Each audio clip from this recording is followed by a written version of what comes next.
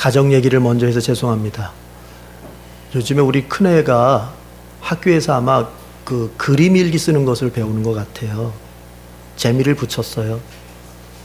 그런데 어느 날은 제가 한번 읽어봤어요. 그림 일기. 그림도 그리고 짤막하게 글도 썼더라고요.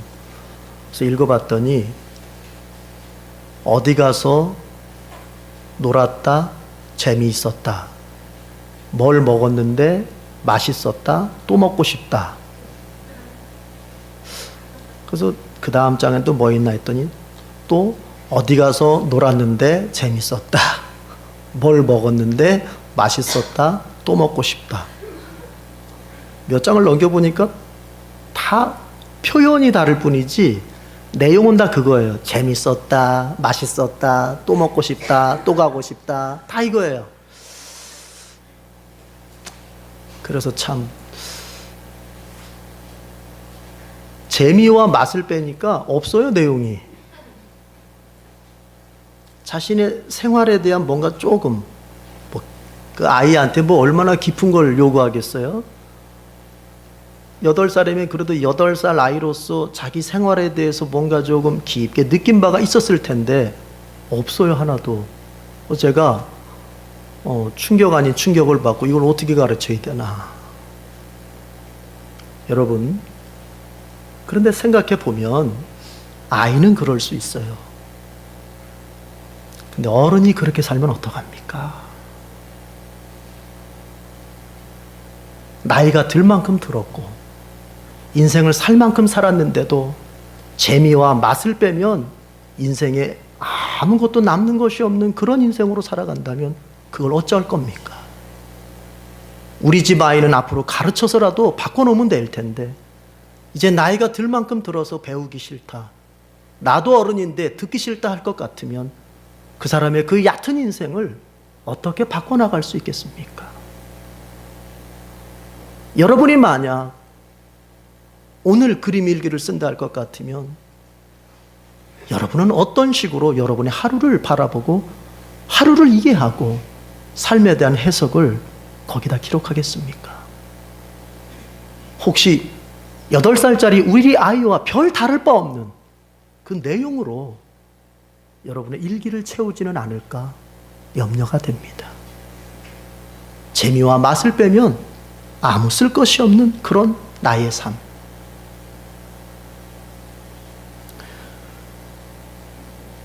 우리가 이제 장성한 사람이라면 삶에 대한 재미를 넘어서고 맛을 넘어서서 또 편안함을 넘어서서 좀 더 깊은 이해를 가지고 살아야 하지 않을까 생각해 봅니다. 특별히 신자라면 자신의 삶에 대한 신앙적 이해가 자신의 마음속에 새겨지는 그런 하루하루가 되어야 하지 않을까 싶습니다.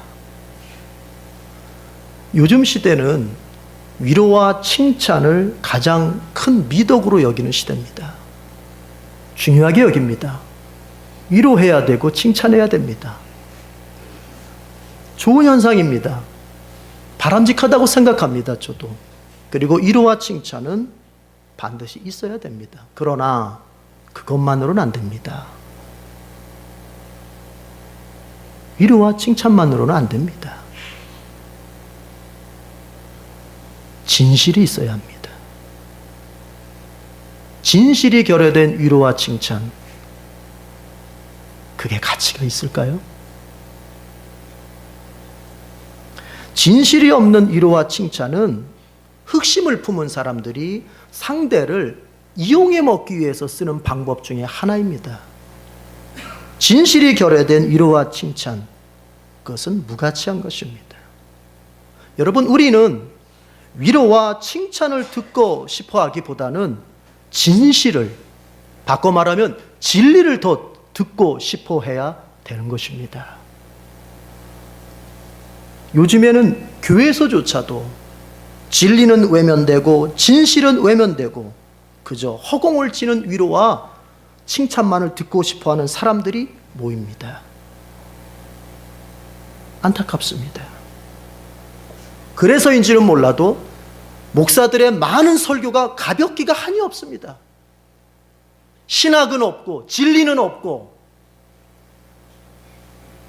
그저 교인들 붕 띄우는 설교가 한없이 가볍습니다. 그걸 또 뭐 설교집이라고 책으로 내가지고 가치 없습니다. 신앙서적이라고 나온 책들이 너무 가볍습니다. 기독교 서점에 가서 뭐 좀 책 좀 읽어보려고 들었다 치면 너무 가볍습니다. 진리를 기록한 책들은 안 팔린답니다. 출판사들이 그래서 거부합니다. 신학자들이 쓰는 교리적인 책들, 기독교의 참된 진리를 가르치는 책들은 안 팔립니다. 그래서 기독교 서적 출판사조차도 진리를 말하는 책들은 잘 안 내려고 합니다. 그저 긍정의 힘, 넌 할 수 있어, 넌 잘 될 거야, 넌 하나님 앞에 축복받게 태어났어, 이런 가볍고 이런 참 정말 그런 책들만 많이 팔려요.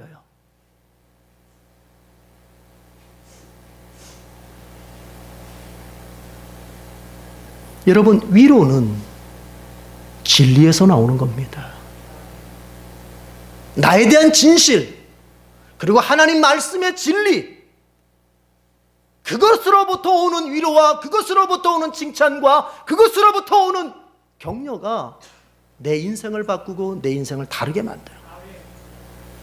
진리가 결여된, 진실에 결여된 위로와 칭찬은 그때 순간은 기분 좋게 만들고 그때 순간은 나로 하여금 우쭐하게 만들지 몰라도 그 삶은 바뀌지 않는 거예요.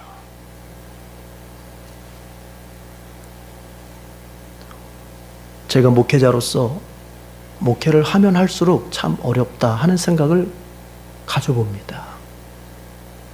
정말 목회가 어렵다. 그렇게 생각하는 이유는 아주 간단합니다. 기독교의 진리의 내용을 몰라서도 아니고 목회의 비결을 몰라서도 아닙니다. 그런데 어렵습니다. 그 이유는 의외로 간단합니다. 성도에게 진실을 말할 수 없어서 어렵습니다. 여러분에게 진실을 말할 수가 없어서 어렵습니다. 틀린 것을 사랑하는 마음으로 바로 잡아줘야 될 텐데 그것을 할 수가 없어서 어렵습니다. 성경의 바른 가르침보다는 인간적인 위로와 칭찬을 더 듣고 싶어하는 사람에게 상황에 대한 진실과 성경의 진리를 전해줘야 되는데 그러지 못할 때 목회자로서 무력감을 크게 느낍니다.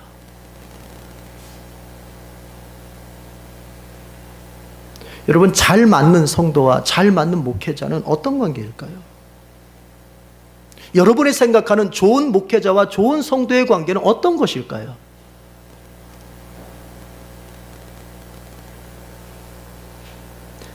진실을 듣고 싶어하는 성도요, 진리를 말해줄 수 있는 목회자의 관계, 이것이 좋은 관계입니다. 이것이 진정한 교회입니다. 이것이 양과 목자의 바람직한 방향입니다. 그것을 할 수가 없을 때 여러분, 이제 한번 생각해 보십시다.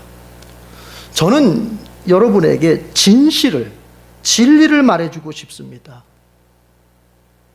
그래서 내 자신의 인격을 다잡고 진리를 말하기 위해서 파고들어 공부합니다.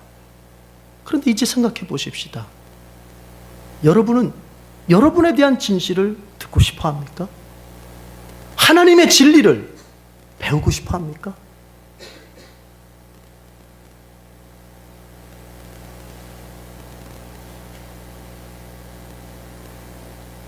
사람이 잘하고 있으면 칭찬을 해주고, 사람이 잘 못하고 있더라도 위로하고 격려해 주는 것, 여러분 정말 훌륭한 일입니다. 그러나 그러는 가운데 절대 빠져서 안 될 것은 진실을 말해줄 수 있어야 합니다. 그 사람을 기다려주면서도 절대로 놓쳐서 안 되는 때는 진실을 말해주는 때를 놓쳐서는 안 되는 것입니다. 사랑이라고 하는 것은 진리와 함께 기뻐하는 것입니다. 사랑은 진실과 한 세트가 되어서 나타나야 되는 것입니다.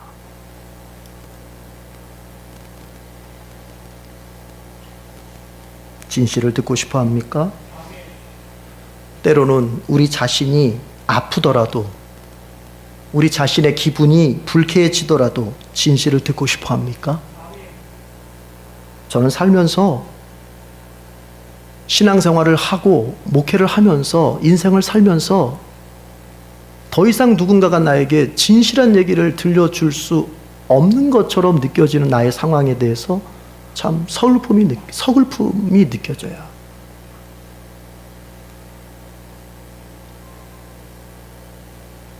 누군가가 나에 대해서 진실을 말해주고, 나에 대해서 진실을 말해주고, 그리고 나에 대해서 파악된 내 인생에 대해서 바른 진리의 그 지침을 제시해 줄 수 있는 그런 멘토가 있었으면 너무너무 좋겠다. 여러분, 아직 여러분에게 그런 멘토가 있어서 누군가가 여러분에게 그렇게 해주고 있다면 여러분은 정말 복된 사람입니다. 예수님께는 12제자 말고도 특별한 친구들이 몇 명이 있었습니다. 예수님은 그들을 어느 누구보다도 사랑했고, 그래서 더 자주 방문했고, 그들과 함께하는 시간도 많이 보냈습니다. 그 중에 한 사람이 바로 우리가 잘 알고 있는, 죽었다가 다시 살아났던 나사로의 누이들로 알려진 마르다와 마리아라고 하는 자매입니다. 그런데 그렇게 사랑하고 그렇게 아끼는 그 마르다에게 오늘 예수님께서는 상처가 될 만한 얘기를 예수님께서는 거침없이 하십니다. 외적으로 볼 때는 마르다가 잘한 것처럼 보입니다. 그러나 예수님께서는 그 마르다를 향해서 네가 틀렸다. 넌 다시 생각해야 되겠다. 너의 삶의 방향을, 너의 신앙의 방향을 다시 세워야겠다. 라고 어찌 보면 마르다 입장에서는 열심히 했는데 오히려 책망을 들어 그 마음이 상처가 될 수 있었던 그런 광경을 우리가 오늘 본문 속에서 보고 있는 거예요. 자, 상황은 이런 겁니다. 예수님께서 마르다의 집을 방문하셨습니다. 언니 마르다는 그 예수님을 대접하기 위해서 아주 이것저것 막 장만합니다. 그러는 사이에 마음이 분주해지고 정신은 산란해지면서 그 몸도 마음도 지쳐가고 있는 거예요. 그런데 가만히 보니까 자기 동생 마리아는 예수님 그 발치, 예수님 앞에 앉아가지고 예수님이 전해주시는, 예수님이 행하시는 설교만 듣고 앉아있는 거예요. 그러자 이제 마르다가 화가 여기까지 났어요. 참다 화가 났어요. 그래서 이제 예수님께 마르다가 한마디 합니다. 예수님, 제 동생이 저를 돕지 않고 있는 거 예수님 뻔히 보시면서 왜 제 동생에게 가서 언니 일 좀 도와라 이렇게 말씀하시지 않고 가만 놔두십니까? 제가 바쁘게 지금 음식 장만하고 바쁘게 이렇게 준비하는 거 예수님도 보시지 않습니까? 그때 예수님 말씀하십니다. 마르다야, 내가 많은 일로 염려하고 근심하지만 몇 가지만 하든지 혹은 한 가지만이라도 족하니라. 마리아는 이 좋은 편을 택했으니 빼앗기지 않으리라. 무슨 말입니까? 너가 틀렸고 마리아가 맞다는 거예요.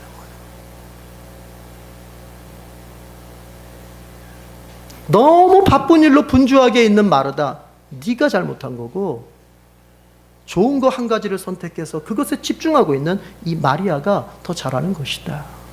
이렇게 말씀하십니다. 자, 그런데 우리가 이 본문을 대할 때 오해하면 안 될 점들이 있어요. 뭐냐? 예수님을 위하여 봉사하는 것은 별로 중요하지 않구나. 예수님은 봉사를 갖다 별로 중요하게 생각하지 않는구나. 그래서 옛날도 아니죠. 지금도 그런 사람들이 있어요. 관상의 생활, 즉 관상기도.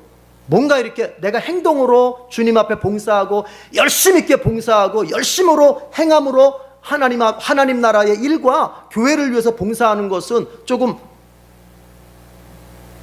하찮게 여기면서 그저 기도하고 그저 내가 말씀 묵상하고 그저 하나님 앞에서 뭔가 이렇게 엄숙하게 신앙생활하는 것만을 높이 보는 그런 그런 부류들이 있었고 지금도 있어요.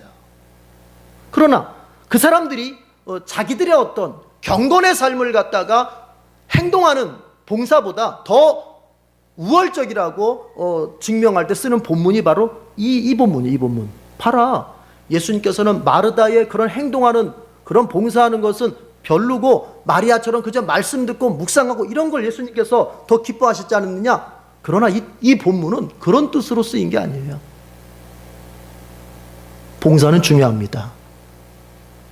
따라해 볼까요? 봉사는 중요합니다. 다시 한번요. 봉사는 반드시 행해야 됩니다. 우리 가운데서 교회 생활하시면서 봉사하시는 분들 많습니다. 더 많아져야 됩니다. 더 많아져야 됩니다. 주방으로 달려가서 봉사하고, 청소하면서 봉사하고, 이것저것 찾아다니면서 할 일 찾아서 봉사하는 거, 이 더 많아져야 됩니다. 이 본문은 봉사를 우습게 보는 데다 쓰면 안 되는 거예요. 예수님은 그런 의도로 말씀하신 게 아니에요. 여러분, 마르다는 칭찬받을 점이 있습니다. 뭐죠? 주님을 위해서 봉사하는 것은 칭찬받아 마땅한 거예요. 여러분, 오늘 예수님이 신방 오셨어요. 마르다 집에. 그 예수님을 위해서 아주 지극정성으로 봉사를 해요. 이건 칭찬받아 마땅할 점이에요. 예수님은 혼자 다니시는 분이 아니에요. 예수님을 어디를 신방 간다 그러면은 기본적으로 몇 명이 같이 가요? 12명이 같이 가고요. 또 우리가 다른 성경들, 복음서들을 전체적으로 살펴볼 것 같으면은 예수님께는 12제자만 있었던 것이 아니라 여제자들도 있었어요. 예수님께서 예루살렘에 못 박혀 돌아가실 때 여제자들이 거기 같이 있었거든요. 그러면 뭐라고 기록되어 있습니까? 갈릴리에서부터 따라온 여제자들이 이렇게 얘기하거든요. 그러니까 예수님은 갈릴리에서부터 예루살렘을 향해서 지금도 이 본문도 지금 예수님이 십자가를 지려고 예루살렘으로 가시는 길이거든요. 가시는 길에 들린 거거든요. 그러니까 여제자들도 같이 가요. 최소 대략 20여 명은 되는 거예요. 아무리 못 잡아도 20여 명. 그러면은 다 큰 성인 20여 명을 대접한다고 생각해 보세요. 여러분, 비용으로 볼 때 만만치 않습니다. 돈 들어가는 일로 볼 때 만만치가 않아요. 갈비탕 하나씩만 꺼내도 만만치가 않아요. 그러니까 마르다의 이 봉사의 정신, 이 봉사의 행동은 여러분 칭찬받아 마땅한 거예요. 마르다는 많은 비용에도 불구하고 예수님의 일행을 위해서 자신의 돈을 소비한 사람이에요. 훌륭한 사람이에요. 우리가 좋아하는 일에는 아낌없이 돈을 쓰지만, 그렇다면 생각해 보십시다. 그리스도를 위해서는 돈을 얼마나 쓰고 있습니까? 마르다의 칭찬받아 마땅한 점 중에 하나는 자신의 물질을 주님을 위해서 다 소비한다는 것입니다. 여러분, 자신을 위해서만 돈 쓰지 않고 주님과 주님의 나라를 위해서도 자신의 돈을 쓸 줄 아는 그런 성도가 될 수 있길 바랍니다. 마르다는요, 또 칭찬받아 마땅한 점이 있어요. 이때는 시기가 어느 시기냐면 예수님이 종교 지도자들에게 박해를 받던 시대예요. 즉 이때에는 예수님과 이스라엘의 종교 지도자들이 원수가 된 시기예요. 그래서 이제 십자가에서 죽는 거거든요. 그래서 이때에 예수님을 대접하고 이때 예수님과 친하게 지낸다고 하는 것은, 그것은 굉장히 위험한 일입니다. 더군다나 예수님이 지금 머물렀던 이 마르다의 집은 예루살렘에서 아주 가까운 한 4km 정도밖에 안 되는 베다니 지역이에요. 베다니 지역. 예루살렘에서 아주 가까워요. 그런데 그곳에서 대놓고 예수님을 모셔다가 잔치하고 예수님을 집에다 모셔다 놓고 신방받는다고 하는 것은, 나는 예수님 편이다, 나는 예수님의 사람이다, 이거를 지금 공개적으로 드러내고 있는 거거든요. 이것은 종교 지도자들의 입장에서 보자면 너 그의 제자야? 너도 죽어. 이렇게 되는 거예요. 자신의 위험에도 불구하고 예수님 일행을 대접하는 그 마르다의 모습은 정말 칭찬받아 마땅합니다. 여러분, 신자가 잊지 말아야 될 것 중에 하나가 예수님으로부터 받는 혜택만 좋아하지 마시고요, 예수님을 통해서 받는 구원, 예수님을 통해서 받는 복, 예수님을 통해 받는 치유, 예수님을 통해 받는 나의 길, 열림, 다 좋습니다. 그런 혜택만이 아니라 때로는 신자는 주님을 위해서 자기가 손해볼 줄도 알아야 돼요. 주님 때문에 자신의 어떤 것이 소비가 되는 것에 대해서도 담대할 수 있어야 돼요. 예수님께 좋은 걸 얻었습니까? 이제 그러면 우리의 마음속에 그 예수님께, 그리고 그 예수님이 나에게 맡기신 이웃들에게 좋은 것을 나눠줄 줄 아는, 주님을 위해서 불이익도 감수할 줄 아는 이런 마음이 우리에게 필요합니다. 마르다에게서 그걸 봅니다. 정말 이게 칭찬받아 마땅한, 그런데도 불구하고 예수님께서 마르다야 하시면서 책망하시는 거예요. 이렇게 칭찬받아 마땅한 말이 마르다인데도 불구하고 예수님께서 너 틀렸다. 그러니까 예수님도 대단하시고 마리아도 대단한 거예요. 저 같으면 그렇게 못할 것 같아요. 사람을 앞에다 놓고 자기가 지금 속으로는 잘하고 있다고 생각하는 사람을 앞에다 두고서 당신 틀렸어요, 이 말 못할 것 같아요.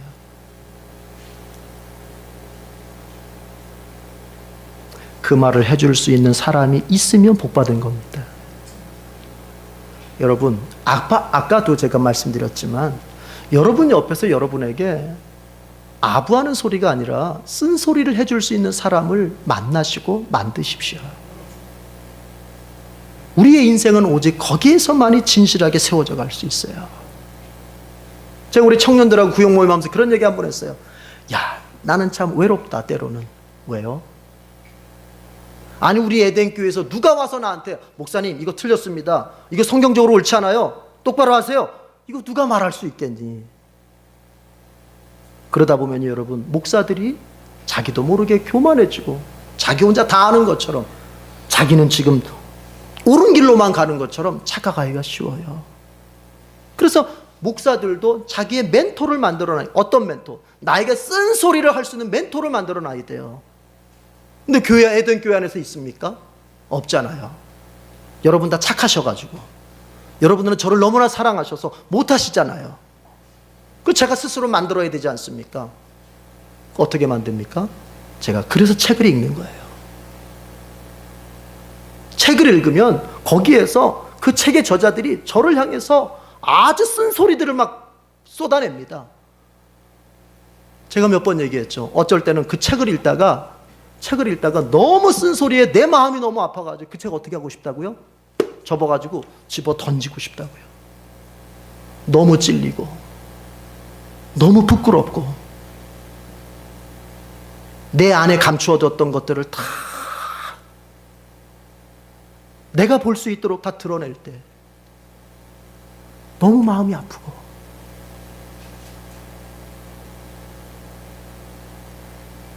그런데 여러분, 그런 사람을 붙여주시는 게 복이라니까요.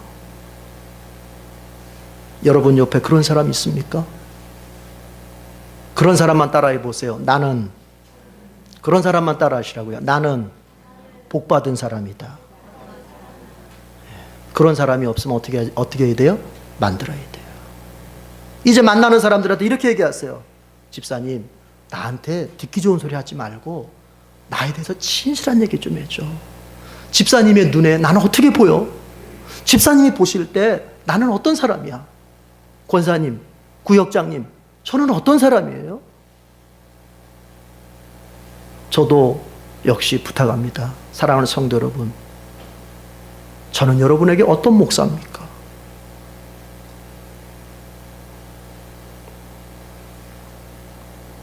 예수님께서 그렇게 말씀하시는 거예요. 자, 예수님께서 하시는 말씀은 이런 얘기였습니다. 40절 다 같이 읽어보겠습니다. 40절, 41절을 얘기하겠습니다. 죄송합니다. 41절, 42절을 읽어보겠습니다. 시작. 주께서 대답하여 이르시되 마르다야 마르다야, 내가 많은 일로 염려하고 근심하나 몇 가지만 하든지 혹은 한 가지만이라도 족하니라.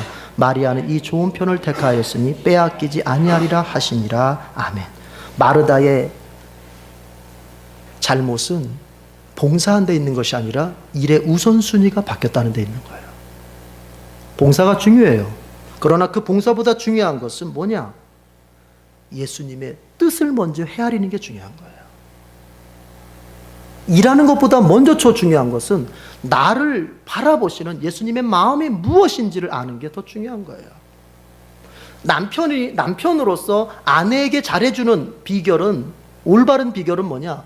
무턱대고 선물 사다 바치고 이렇게 저렇게 해주는 게 아니라 그 아내가 내게 무엇을 원하는지를 아는 게 더 중요한 거예요.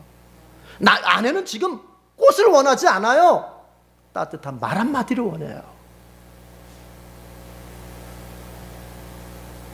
신자가 주님 앞에 열심히 뭔가 섬겨보겠다고 이것저것 가지고 주님의 마음을 기쁘게 해드리겠다고 하는데, 여러분, 그건 두 번째예요. 먼저는 뭔지 아세요?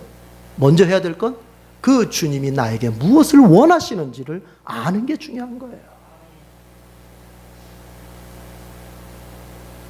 여러분, 사울을 보십시오. 사울이 이제 전쟁하러 갑니다. 아말렉과 전쟁하러 갑니다. 그때 사무엘 선지자를 통해서 하나님께서 뭐라고 말씀하셨냐면, 사울아, 너 아말렉하고 전쟁하면 아말렉을 반드시 진멸시켜라. 진멸, 아예 씨를 말려버려라. 이렇게 얘기해요. 자, 그런데 전쟁을 하러 갔어요. 하나님께서 승리를 주셨어요. 그런데 다 진멸을 시켜야 되는데 사울이 쓸모없어 보이고 약한 것들은 다 죽입니다. 다 진멸시킵니다. 사람이든 동물이 됐든. 그런데 사람이 됐든 동물이 됐든 뭔가 좀 괜찮아 보이는 것들은 다 들고 끌고 옵니다. 그 사무엘이 도착해 보니까 짐승 소리가 나요. 사람 소리가 나요. 그래서 사무엘이 물어요. 왕이시여, 이게 뭡니까? 아, 예. 아말렉 사람 중에서 노예로 삼을 만한 것들, 아말렉의 짐승들 가운데서 하나님 앞에 제사 드릴 만한 것들은 이렇게 끌고 왔습니다. 뭐 하려고요? 제사 드리려고요. 그때 사무엘이 대노를 하면서 하는 말이 그거 아닙니까? 여호와께서 당신의 말씀을 순종하는 것보다 제사 드리는 것을 더 기뻐하겠느냐고. 순종이 제사보다 낫다는 얘기를 그때 하는 거잖아요. 하나님의 마음은, 하나님의 뜻은 아말렉을 씨를 말려서 이 땅에서 멸종시키는 게 그 뜻이고 마음인데, 그 뜻에 순종하기보다는 하나님 앞에 제사를 드려서 하나님을 기쁘시게 하겠다고, 하나님이 죽이라고 하는 그것을 갖다가 끌고 왔다고 하니, 하나님께서 사무엘을 통해서 하시는 말이, 왕이시여 잘 들으시오, 순종이 제사보다 낫습니다. 그 말의 의미는 다른 게 아니에요. 신자된 우리는 하나님의 마음을 먼저 살펴야 돼요. 자식된 도리는 부모의 마음을 먼저 알아야 돼요. 성도의 도리는 목회자의 그 마음을 먼저 알아야 돼요.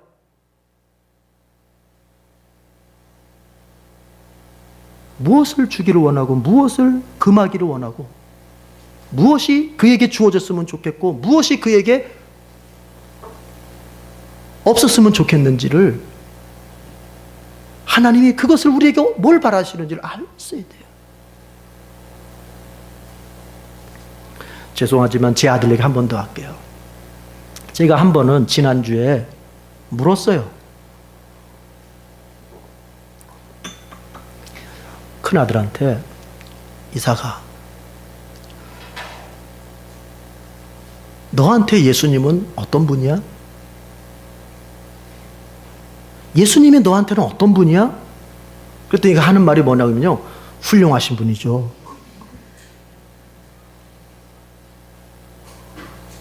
저는 아까 그림 일기에 이어서 또 한 번 충격을 받았어요.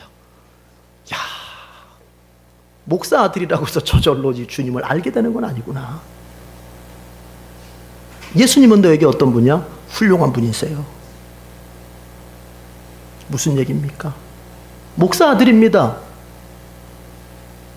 늘 하는 일이 집에서 예배 드리는 일이고 성경 읽는 일이고, 걔네 놀이터는 다른 데가 아닙니다. 교회입니다. 내가 여기 와서 일하니까 걔네 여기 와서 놀 수밖에 없죠. 놀이터가 교회입니다. 그런데 예수님을 몰라요. 우리 청년 중에 어떤 청년 하나가 타 교회를 아주 열심히 있게 다니는 남자 청년과 이렇게 소개를 받을 기회가 있었어요. 그 남자 청년이 우리 교회 청년에게, 자기는 교회에서 이런 사역도 하고 저런 사역도 하고, 그냥 교회에서 아침부터 저녁 늦게까지 그냥 이렇게 열심히 봉사하면서 산다고, 우리 교회는 이렇게 그냥 사역을 많이 한다고 막 이런 얘기를 해요. 근데 그 청년이 저에게 이제 다 마치고 와서 저한테 하는 얘기가 뭐였냐면은, 그런데요 목사님, 교회 일은 열심히 하는 것 같은데요, 예수님에 대해서는 하나도 모르는 것 같아요.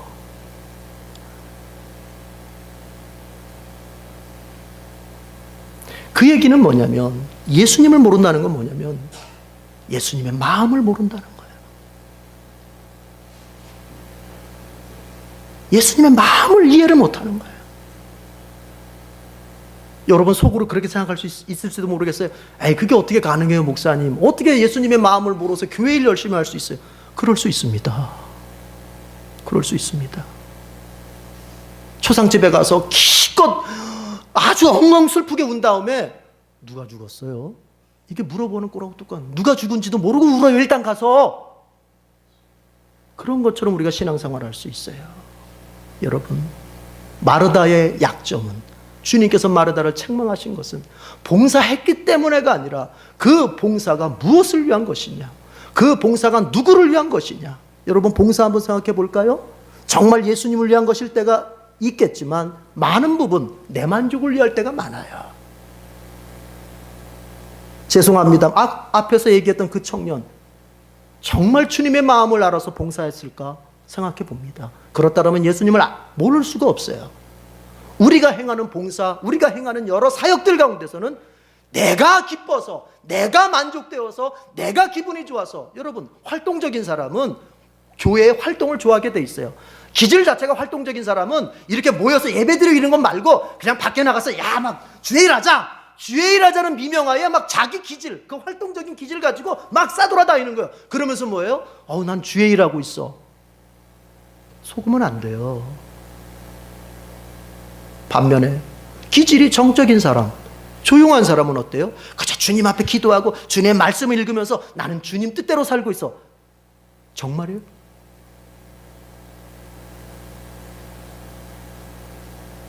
죄송합니다. 그냥 남들처럼 신앙생활을 그냥 편하게 하게 냅두지 왜 그거 하나하나 다 꼬집어가지고 그게 맞느냐 안 맞느냐 얘기하냐 이렇게 따지신다면 정말 죄송합니다만, 마르다가 지금 주님 앞에 그런 지금 질타를 받고 있는 거예요. 네가 지금 봉사한다고 봉사하는데 그건 누구를 위한 거야? 나를 위한 거야? 네가 겉으로 볼 땐 나를 위한다고 하겠지. 그러나 그렇다면 네가 나의 의도를 먼저 알아야지. 예수님 이 집에 왜 왔습니까? 예수님 이 집에 왜 신방 왔습니까? 얻어먹으려고 왔습니까? 거짓입니까? 예수님은 먹기 위해서 이 집에 왔습니까? 여러분, 주님께서 오시자마자 무엇을 하셨습니까? 마르다가 지금 뭐하고 있습니까? 마르다가 예수님 발치에 앉아가지고 말씀을 듣고 있다는 소리는 예수님은 이 집에 들어오시자마자 뭐부터 시작하셨다는 얘기입니까? 말씀부터 시작하셨다는 얘기예요. 설교부터 시작하셨다는 얘기예요. 예수님이 이 집에 오신 목적은 하나님 나라의 복음을 전하기 위해서 오신 것이지 얻어먹기 위해서 온 게 아니잖아요. 예수님의 마음, 예수님의 의도는 거기에 있는 거예요. 제가 지난날 신방 다니다 보면은 제가 그런 걸 못하게 했어요. 제가 신방을 가면은 물론 알아요. 저를 잘 대접하기 위해서 그냥 막 개척할 때 보니까 그냥 개척하면서 신방 다니다 보면 막 저를 잘 대접해 주려고 개척전도사 못 먹고 산다 잘 먹이려고 감사해요. 그래서 제가 그때마다 그럽니다. 제가 여기 먹으러 온 거 아니니까 앉으시라고. 주님의 말씀을 들어야 되는데 부엌에 가서 일하고 있고 여기저기 막 다니면서 그러고 있으면 그것은 목사의 의도, 목사의 신방의 목적을 잘못 이해한 거예요. 그 제가 항상 얘기해요. 구역 모임을 하거나 신방을 하고 그럴 때마다 음식 절대 많이 차리지 마십시오. 꼭 먹어야 되겠거든. 그냥 짜장면 하나 시켜서 먹고 끝내고 주님의 말씀을 나누고 성도의 교제를 나누고 그리고 신방 받으라. 여러분, 주님의 말씀, 주님의 의도로 주님의 마음을 이해해야 돼요.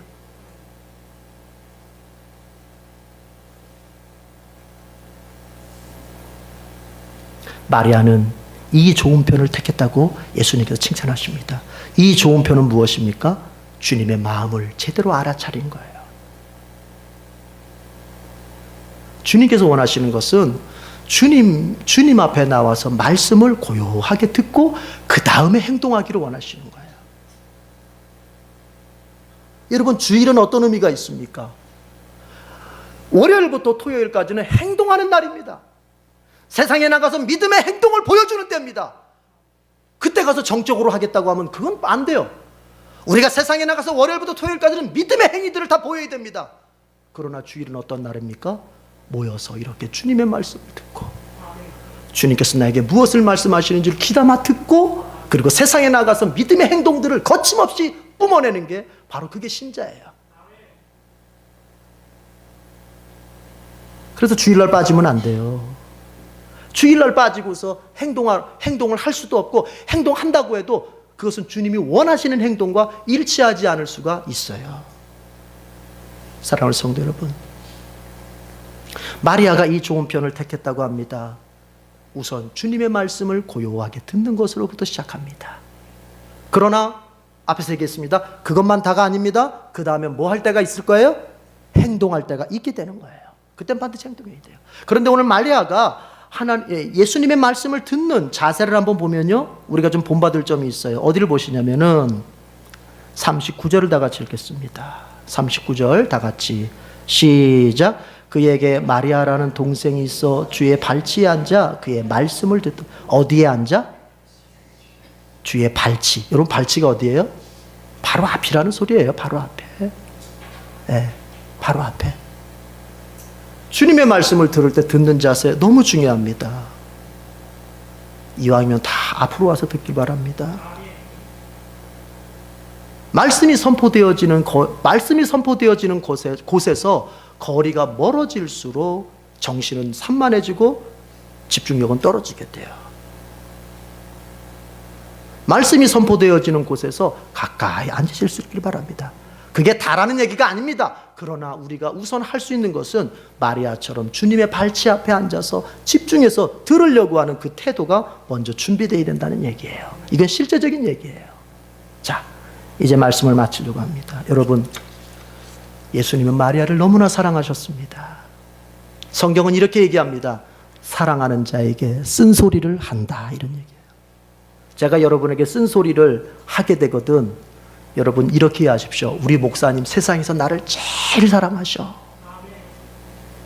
제가 여러분에게 쓴소리를 안 하거든 우리 목사님 나한테 관심이 있으신가? 이런 생각을 가져야 돼.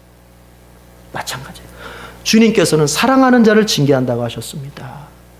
내가 기도하려고 했더니 기도하는데 주님께서 나에게 어느 날 너 이러이러해서 되겠니? 라고 말씀하실 때 그것은 주님께서 나를 이 세상에서 제일 사랑하신다는 증거입니다. 이제 그 예수님의 그 말씀 속에서 예수님의 마음을 이해한 다음, 아, 내가 이렇게 살아야 되겠다. 이제 행동하면 됩니다. 순서가 있습니다. 먼저 우리는 들을 준비를 해야 됩니다. 주님이 나에게 무엇을 말씀하시든지 들을 준비가 돼 있어야 되고, 말씀을 들으면서 주님의 마음을 이해하고, 이제 마음을 이해했습니까? 그러면 반드시 끝까지 행동으로 옮기면 됩니다. 그런 사람에게 주님께서는 복을 주시고 함께해 주실 것입니다. 기도하겠습니다. 하나님 아버지, 우리가 평생 교회를 다녔습니다. 우리가 또 교회를 통해서 봉사를 한다고도 했습니다. 그러나 주님, 그런 시간과 그런 열정에 비해서 나는 예수님을 얼마나 알고 있습니까? 예수님의 마음을 얼마나 헤아리고 있습니까? 마르다에게서 보여줬던 이 책망받을 점들이 혹시 우리에게는 없습니까? 주님, 일하는 것이 중요하고 훌륭한 것이지만 주님의 마음을 먼저 아는 것이 순서인 줄로 믿습니다. 우리가 기도하고 말씀을 읽으며 주님이 어떤 분인지를 먼저 이해하고 나의 삶을 향하여 무엇을 바라시는지를 이해한 후에 이제 우리가 행동으로 옮길 때는 끈질기게 그리고 거침없이 행할 수 있는 우리 모든 에덴교회 성도들이 되게 해 주시옵소서. 우리의 주의 중의 삶 가운데서 정말 주님이 오늘 마르다와 같은 모습이 아니라 정말 우리가 마리아처럼 듣고 그리고 마르다처럼 행동할 수 있는 그 신앙의 순서를 잊지 않고 우리가 잘 살아갈 수 있도록 도와주시옵소서. 예수님의 이름으로 기도드립니다. 아멘.